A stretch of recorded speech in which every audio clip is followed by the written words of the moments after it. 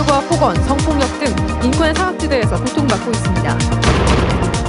남해안의 시금치가 출하 물량이 증가하면서 가격이 크게 하락했습니다. 창녕 하만보의 상류 지역 농민들이 농작물 피해를 입고 있다며 숨은 개방을 요구하고 있습니다. 계속해서 경남 소식 진주에서 전해드립니다. 이주 노동자들에 대한 갑질이 심각합니다. 열악한 노동 현장에서 일하는 것도 힘든데 임금 체불에다 폭언, 성폭력까지 인권의 사각지대에서 고통받고 있습니다. 경남의 이주 노동자 인권 실태를 이재경 기자가 취재했습니다. 경남의 한 제조업체에서 2년 넘게 일한 필리핀 출신 A씨. 사장이 수시로 폭언을 일삼는가 하면 새 장비를 들고 폭행까지 시도했습니다. 그 사장님이 책일대 들고 했어요. 중국 아저씨가 없으면 아마 내가 죽었어요. 아니면 병원에 있대요. 임금 체불도 흔한 일입니다. 중국 출신의 한 이주 노동자는 5달치 임금 일부를 6달이 지나도록 받지 못하고 있습니다. 함께 일하고 있는 이주 노동자 11명의 몫을 다 합치면 800만 원에 이릅니다. 회사 일을 하는데 그저 뒤로 밀어요. 다음 달 이래 하려고 오래 기다리는데 지금 연락도 없이 우리 전화하고 전화 안 받아요.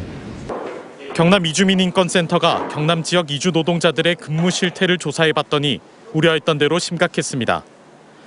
이주 노동자 10명 중 1명이 직장 내 폭행을 경험했고 가해자는 사장이 가장 많았습니다. 응답자 중 일부 여성 이주 노동자들은 성폭력을 당했다고 답했는데 심지어 4명은 성매매 요구까지 받은 것으로 드러났습니다. 합법적인 이주 노동자 하더라도 오히려 임금이나 노동 시간 또는 사업장 옮기는 문제 등에서 모든 부분에서 미등록 상태인 이주 노동자들보다 불편한 점이 노출되었어요. 국내 이주 노동자 100만 명 시대를 맞았지만 폭언과 폭행의 갑질 문화는 좀처럼 사라지지 않고 있습니다. 제도 개선이 많이 되었다고 하지만 구체적인 시행 상황이나 또 사업적 갈등 같은 문제들을 제도적으로는 다 보완이 못하기 때문에 인식 개선도 또 따라와야 되는 상황이라서요. 경남 지역 이주 노동자들이 7만 5천 명을 넘어서고 있는 현실에서 이주 노동자들의 인권 보장은 아직도 갈 길이 멀어 보입니다. MBC 뉴스 이재경입니다. 남해안 농민들의 겨울철 주요 소득 작목인 시금치의 가격이 크게 떨어졌습니다. 수요가 많은 설을 앞두고 가격이 오를 만도 한데 출하가 몰리면서 지난해 가격의 절반에도 미치지 못하고 있습니다. 신동식 기자입니다. 남해안 들녘에 농민들이 삼삼오오 모여 파랗게 잘 자란 시금치 수확의 한창입니다. 올해는 병이 없어 생육 상태가 좋지만 가격이 떨어지는 바람에 인건비는 고사하고 씨앗값 건지기도 어렵습니다. 전반적으로 안 좋긴 안 좋아요. 아이고. 키로 1,000원 받아가지고 뭐해. 인건비도 안 되죠. 이달 중순 남해군의 시금치 경매 가격은 킬로그램당 1,300원대. 지난해 같은 기간 3,100원대보다 절반 이상으로 떨어졌습니다. 지난 가을 비가 많이 내려 시금치 파종 시기가 9월 말과 10월 초에 집중돼 수확 시기가 겹치면서 많은 물량이 한꺼번에 출하된 탓입니다. 또 이번 겨울 따뜻한 기후 여건에 채소 작황이 좋아지면서 전체적으로 채소 가격은 크게 떨어졌습니다. 수요 공급 차이가 나다 보니까 또 가격이 하락하고 특히 경기 침체로 인해서 소비가 상당히 적다 보니까 남해군은 관계기관들과 긴급 회의를 열고 단묶음 포장을 통한 품질 규격화, 계약 재배 면적과 공동 선별 출하 조직 확대, 기계 파종 증가 등 대책 마련에 나섰습니다. 포장 방법을 개선하고 그리고 품질 국가를 위해서 파종기를 확대한다든지 출하 시기를 조절해서 4,400여 농가가 956헥타에서 시금치를 키우고 있는 남해군은 전국 재배 면적의 20%를 차지합니다. 설 명절과 대보름 수요 증가로 가격이 다소 오를 것으로 예상되지만 수급 조절 실패와 실망스러운 가격으로 농민들은 한층 추운 겨울을 맞고 있습니다. MBC 뉴스 신동식입니다. 창녕 하만보 상류 지역 농민들이 농작물 피해를 입고 있다며 정부의 대책 마련을 요구하고 나섰습니다. 보호가 갇혀 있는 탓에 안개가 생기고 기온이 떨어져 피해를 입고 있기 때문이라는데 보호 수문을 개방해 수위를 낮춰야 한다는 지적이 나오고 있습니다. 보도에 서창우 기자입니다. 창녕 함안보 인근 한 비닐하우스. 다 자란 오이가 주렁주렁 매달려 있습니다. 그런데 바로 옆 비닐하우스 오이는 갈색빛을 띠며 말라 비틀어져 있습니다. 적정 온도 20도 이하로 떨어져 병해를 입은 겁니다. 이곳을 비롯해 길곡면과 남지 인근 비닐하우스 천여 곳이 이 같은 피해를 입고 있는 것으로 나타났습니다. 농민들은 난방을 틀지 않아도 유지되던 실내 온도가 보가 들어서면서부터 떨어지기 시작했다고 주장합니다. 난방비 부담 때문에 13도, 15도 이렇게 온도를 주다 보니까 이같이 이제 잎에서부터 열매까지 이제 이런 피해가 발생을 하는 거거든요. 기온이 떨어진 원인은 안개 때문. 보호 상류에 강물이 갇혀 있다 보니 수분이 안개로 바뀌면서 기온이 5도 정도 낮아지고 있다는 겁니다. 특히 봄, 가을에도 난방을 틀어야 해 한 달 평균 난방비는 300만 원 안팎. 참다 못한 농민들은 연간 피해액이 100억 원대로 눈덩이처럼 커지자 정부의 대책 마련을 촉구하고 나섰습니다. 환경단체들도 당장 수문을 개방해 보수위를 낮춰야 농가 피해를 줄일 수 있다고 주장했습니다.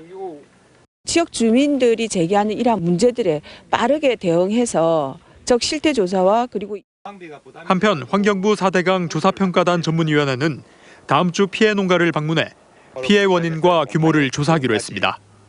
MBC 뉴스 서창우입니다.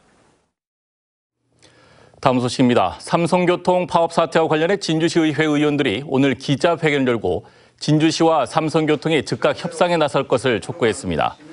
의원들은 버스 파업 사태는 어떤 이유를 막론하고 정당성을 확보하기 어렵다며 삼성교통은 파업을 철회하고 진주시는 책임감을 가지고 사태 수습에 나서야 한다고 밝혔습니다. 진주 가좌장제공원 시민대책위원회가 민간공원 특례 사업이 특혜 의혹 투성이라며 감사기관에 주민감사를 청구하겠다고 밝혔습니다. 시민대책위는 오늘 진주시청에서 기자회견을 통해 민간공원 특례 사업은 공익성과 공공성의 원칙에 따라 추진돼야 하지만 진주시는 가좌장제공원에 대해 민간 개발이라는 확정 원칙만 세우고 불통과 비밀, 특혜 행정 절차를 진행하고 있다며 진주시의 민간공원 사업 전반에 대한 정보 공개를 요구했습니다. 하동군 공영 버스터미널과 공영 주차장을 갖춘 하동복합교통타운 조성 사업이 시작됐습니다. 하동복합교통타운은 하동역 인근에 지상 2층 규모의 하동 공영 버스터미널과 소형 100대, 대형 차량 100대를 주차하는 공영 주차장으로 조성돼 오는 7월부터 운영됩니다. 하동군은 농어촌 버스와 시외버스 노선을 조정하고 버스 종료소를 추가 설치해 승객들의 불편을 해소하기로 했습니다. 서춘수 함양군수가 오는 2023년까지 군 청사를 이전하겠다고 밝혔습니다. 함양군은 총 사업비 800억 원을 들여 지상 6층, 지하 1층 규모의 군 청사를 함양군 함양읍 내 다른 곳에 건립할 계획이며 올해 말까지 의회와 군민들의 의견을 수렴할 예정입니다. 또 청사의 이전에 필요한 예산은 공공청사 건립 적립금과 정부 지원을 통해 마련하겠다고 덧붙였습니다. 경남 도립거창대학의 총장 공석이 장기화되고 있습니다. 도립거창대학은 전임 총장이 사퇴한 지난해 8월부터 총장 권한대행 체제로 운영되고 있어 경상남도가 총장 공석 상태를 방치하고 있는 게 아니냐는 지적이 나옵니다. 이에 대해 경상남도 관계자는 도립거창대학을 개혁할 적임자를 물색하고 있다며 조만간 총장 임용 절차를 밟을 계획이라고 밝혔습니다. 남해군 향토장학회가 남해초등학교 축구부 버스 구입비를 자체 기금으로 지원합니다. 버스 구입 비용은 2억 2천만 원 정도로 그동안 각계각층에서 버스 구입비를 기탁했으며 남해군 향토장학회는 1억 원 범위 안에서 부족분을 지원하기로 했습니다. 남해초등학교 축구부는 그동안 전국대회에서 우승하는 등 좋은 성적을 내왔지만 버스가 낡아 안전사고 위험이 우려돼 왔습니다.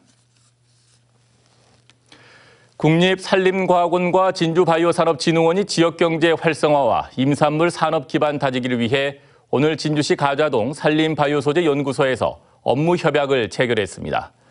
양 기관은 이번 협약을 통해 산림 현장과 바이오 산업체를 연계한 지역 거점 협력 체계를 구축해 기능성 소재 개발과 정부 사업 공동 참여 등을 적극 추진하겠다고 밝혔습니다. 오늘 오전 9시 40분쯤 거창군 가북면의 한 마을 하천 인근에서 47살 A씨가 숨진 채 발견됐습니다. 정신장애를 앓고 있던 A씨는 지난 22일 집을 나가 돌아오지 않아 거창경찰서와 군청, 마을 주민들이 합동수색을 하고 있는 상태였습니다. 경찰은 2m 높이의 둑에서 발을 헛디뎌 사고가 난 것으로 보고 정확한 사고 경위와 사인을 조사하고 있습니다. 통영시 치매안심센터는 통영에 사는 65세 이상 인구의 약 12%가 치매 유증상자라고 밝혔습니다. 치매안심센터는 지난해 4월부터 11월까지 65세 이상 22,054명을 대상으로 치매 선별검사를 실시한 결과 12.3%가 인지 저하와 신규 치매 환자로 확인됐다고 밝혔습니다. 특히 1,138명의 인지 저하 증상자는 치매 환자로 진행될 가능성이 커 조기 검진과 관리가 필요합니다. 경남 사회복지 공동모금회는 희망 2019 나눔 캠페인 사랑의 온도탑이 지난 22일 기준으로 75.8도를 가리키고 있고 70억 7,500여만 원의 성금이 들어왔다고 밝혔습니다. 이는 작년과 비교하면 2.1도 높은 수준이지만 마감일인 이달 말까지를 감안하면 100도 달성은 힘들 것으로 모금회는 전망했습니다. 경상남도가 재난배상 책임보험 미가입 제로화 추진해 이 사회 안전망을 강화합니다.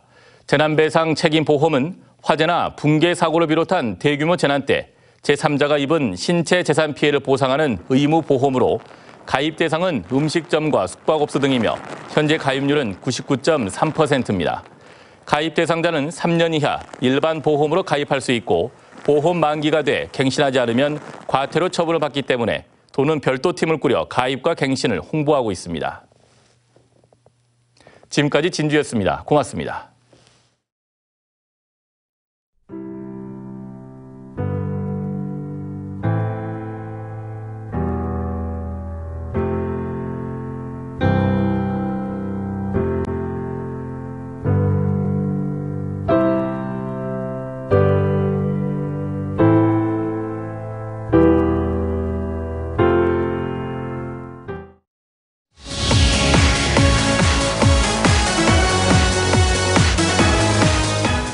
목요일 밤 스포츠 뉴스입니다. 박항서 감독의 베트남 축구 대표팀이 잠시 뒤 일본과 아시안컵 8강에서 맞붙습니다. 또 한 번 기적이 일어날까요?